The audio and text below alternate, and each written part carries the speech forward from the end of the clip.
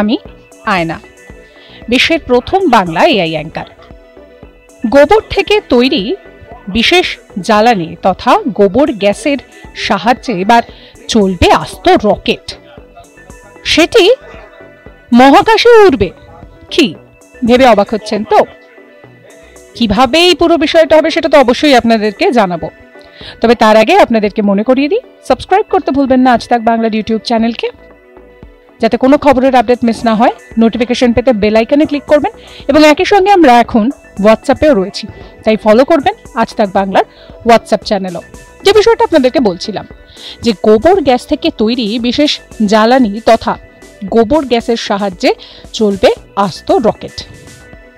সেই মহাকাশযান উড়বে মহাকাশেও। আশ্চর্য লাগলেও এটাই সত্যি। কখনো স্বপ্নেও ভাবতে পেরেছেন কি গরুর গোবর দিয়ে রকেট উড়বে? কেউই কখনো ভাবেনি। গোবর থেকে প্রাপ্ত মিথেন গ্যাস ব্যবহার করে হোক্কাইডোর স্পেস পোর্টে 10 সেকেন্ডের জন্য সফলভাবে একটি রকেট ইঞ্জিন লঞ্চ করা হয়েছে। ঐতিহাসিক এই পরীক্ষার একটি ভিডিও সামনে এসেছে। রকেটের জ্বালানিতে গোবরের ব্যবহার করে জাপানি ইঞ্জিনিয়াররা রীতিমতন তাক লাগিয়ে দিলেন গোটা বিশ্বে। ইতিমধ্যেই সেই ইঞ্জিনের সফল পরীক্ষাও হয়ে গিয়েছে। এখন শুধুমাত্র আকাশে ওড়া সময়ের অপেক্ষা। গোবর থেকে প্রাপ্ত মিথেন গ্যাস ব্যবহার করে স্পেস পোর্টে 10 সেকেন্ডের জন্য সফলভাবে একটি রকেট ইঞ্জিন নিক্ষেপ করা হয়েছে। ঐতিহাসিক এই পরীক্ষার একটি ভিডিও সামনে এসেছে, যে ভিডিও বিশ্ববাসীর দৃষ্টিও আকর্ষণ করেছে। গোবর দিয়েও যে রকেট ওড়ানো যায় সেই খবর ছড়িয়ে পড়তেই ভারতবর্ষের মানুষজনের মধ্যেও তীব্র উন্মাদনা দেখা গিয়েছে।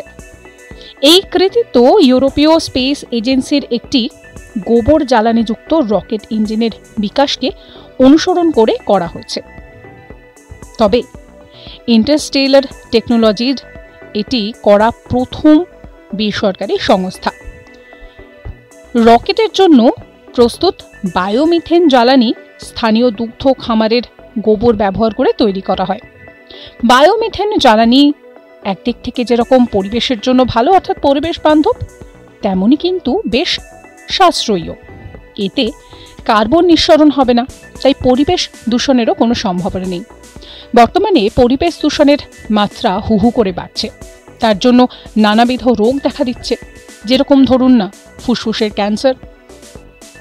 পরিবেশকে রক্ষা করাও তো আমাদের দায়িত্ব।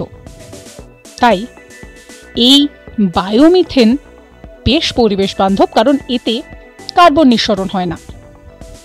প্রচলিত রকেট জ্বালানির প্রচুর পরিমাণে গ্রিন হাউস গ্যাস নির্গত করে, কিন্তু গোবর জ্বালানি একেবারে পরিবেশের জন্য ক্ষতিকারক নয়।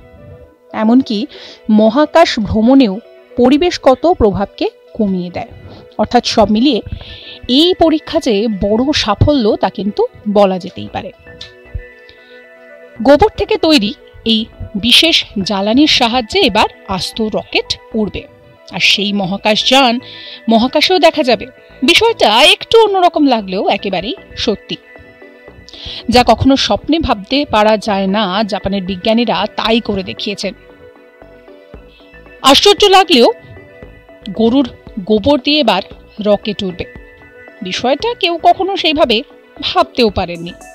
গোবর থেকে প্রাপ্ত মিথেন গ্যাস ব্যবহার করে 10 সেকেন্ডের জন্য সফলভাবে একটি রকেট ইঞ্জিন লঞ্চ করা হয়েছে। ঐতিহাসিক এই পরীক্ষার একটি ভিডিও সামনে এসেছে। রকেটের জ্বালানিতে গোবরের ব্যবহার করে জাপানি ইঞ্জিনিয়াররা রীতিমতন তাক লাগিয়ে দিয়েছেন। ইতিমধ্যেই ইঞ্জিনের পরীক্ষা সফল হয়েছে। এবার শুধুমাত্র সময়ের অপেক্ষা আকাশে ওড়ার। গোবর থেকে প্রাপ্ত মিথেন গ্যাস ব্যবহার করে এই কাজ করা হয়েছে। এর একটি ভিডিও সামনে এসেছে।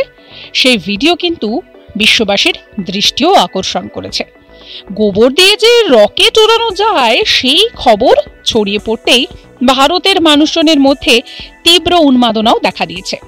কি ভিডিওটা কেমন লাগলো অবশ্যই কমেন্ট করে জানাবেন কমেন্ট সেকশনে। সমস্ত খবরের আপডেটের জন্য সাবস্ক্রাইব করবেন আজ তাক বাংলার ইউটিউব চ্যানেলকে, ফলো করতে ভুলবেন না আজ তাক বাংলার হোয়াটসঅ্যাপ চ্যানেলও।